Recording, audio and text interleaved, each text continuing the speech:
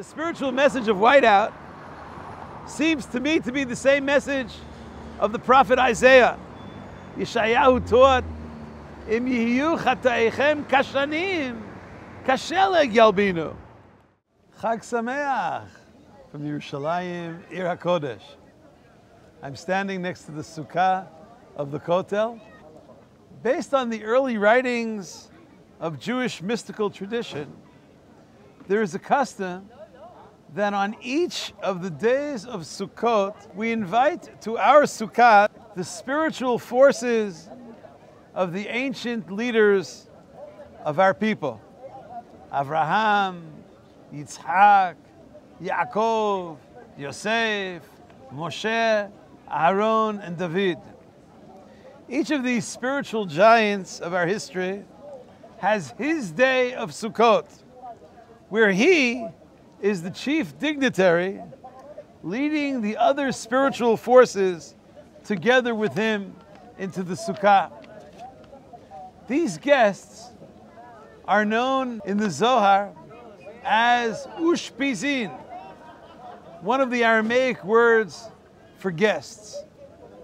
At the beginning of the meal, there is a ceremony to welcome these elevated forces, the ushpizin ilain, these noble and elevated invitees. I feel that it is very important to note that the very source in Sefer HaZohar, the main work of Jewish mysticism, the very same Zohar that speaks of the significance of the ushpizin, teaches us of the importance of inviting human guests to our sukkah as well. Uva'eh lemehadeh lemiskeneh. And one is required in the sukkah to bring joy to the poor.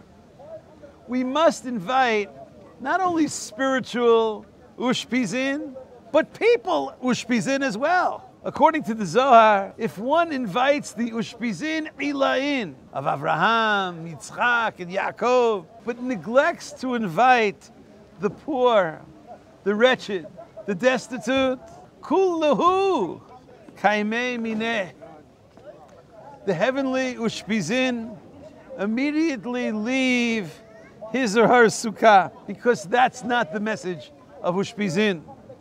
In the language of the Zohar, Vaile lahu barnash b'sha'ata di'ilein ushpizei mehemenuta kaimei mipetoreh. Woe to the individual at that moment when the ushpizin leave his or her table. Relatively speaking, it's rather easy and unchallenging to invite and welcome Avraham Avinu and Sarah Imenu to our sukkah. But can we also invite their great-great-grandchildren, the homeless man and woman on the street corner? What about the newcomer in our community? What about the convert who has no relatives? The widower and widow, the struggling divorcees who live alone, the orphans, the broken-hearted, lonely individuals. Are they to be found in our sukkah? If yes, then we are living by the traditions of Abraham, Isaac, Jacob, Joseph, Moses, Aaron, and David. If not, what are we really accomplishing by inviting heavenly ushpizin? Rambam Maimonides, in his Laws of Holiday Observances, comments, when a person celebrates the holiday, hayav lahachil lager, layatom, v'la'almana, im she'ara aniyim u'umlalim. One has to join in their own personal family celebration and make sure that others are celebrating with them, especially those who unfortunately cannot celebrate on their own. Aval misha no'el daltot hatzero. If someone locks the courtyard, ve'ochel v'shoteh, hu vanav, ve'ino ma'achil u'mashkeh, la'aniyim u'lemarei nefesh, Ein zo simchat mitzvah, ela simchat kreso. That's not the Jewish celebration of a holiday. Just to self-indulge, neglecting, ignoring, overlooking the needs of other people. So, how many people can one really fit into the Sukkah? In my humble opinion, the answer is as much love as there is in their heart. If there's room in the heart, there'll somehow be room in the Sukkah as well. When Abraham told the wayfarers, the unknown visitors to his tent, V'hisha'anu tachat ha'etz, V'hisha'anu tachat ha'etz, relax under the tree. According to certain rabbinical sources, the most famous biblical story of the hospitality of Abraham and Sarah is none other than a Succot story. Maybe it even took place on Succot. V'hisha'anu tachat ha'etz, in the Sukkot tradition of open hospitality.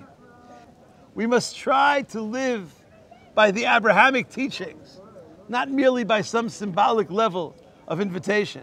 Abraham and Sarah's tent was open on all four sides, not only for convenience, but as Rav Kook teaches, the open four-sided tent of Abraham and Sarah symbolically teaches us another message as well. Everyone was welcome from all four sides. Maybe if you're coming from the very same place that I come from, maybe then I could find the way to warmly and lovingly have you in my sukkah. But what if our pathways are not exactly the same? If you're coming from the east and I'm coming from the west, can I find room for you in my sukkah?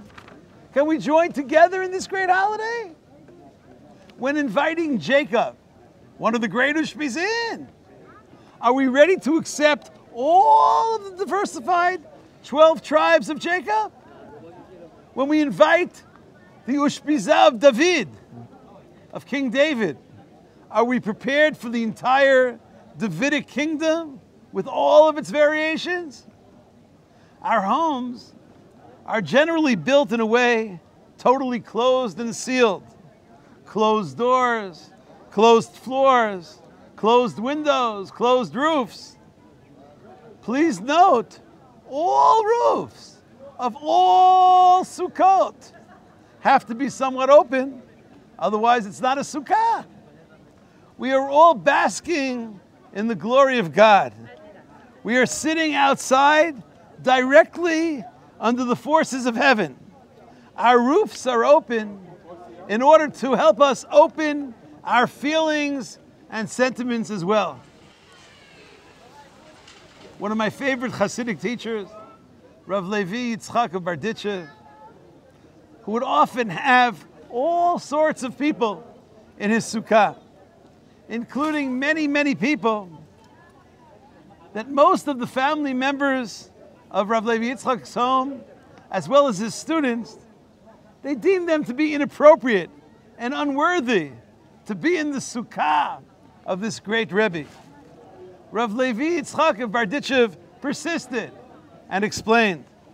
On Judgment Day, said Rav Levi Yitzchak, when I want to enter the gateway of paradise, when I will want to be part of the heavenly sukkah of God in Gan Eden, they won't allow me to enter. For who am I? Little Levi Yitzchak. Can I really enter into such a noble and distinguished heavenly abode? But, said Rav Levi Yitzchak, I will then approach God and say, it's true that I don't really belong in your sukkah, for I am unworthy. But Hashem, please remember how often I opened my sukkah to scores of people who maybe also were unworthy. Could you please allow me to enter your sukkah as well? And at that moment, the gateways of paradise will open. May God open for each of you, for all of Am Yisrael, and for the whole world, the gateways of blessings and joy. And may the open door policy of Sukkot lead to the open doorway of complete redemption immediately. Have the happiest and healthiest holiday. Chag sameach. Tizku l'shanim rabot.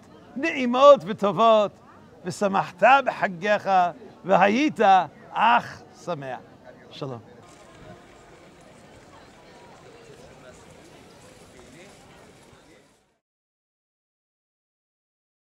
And you learn to appreciate the depth perception behind the concepts. You learn to expand your understanding and consciousness involved in those areas.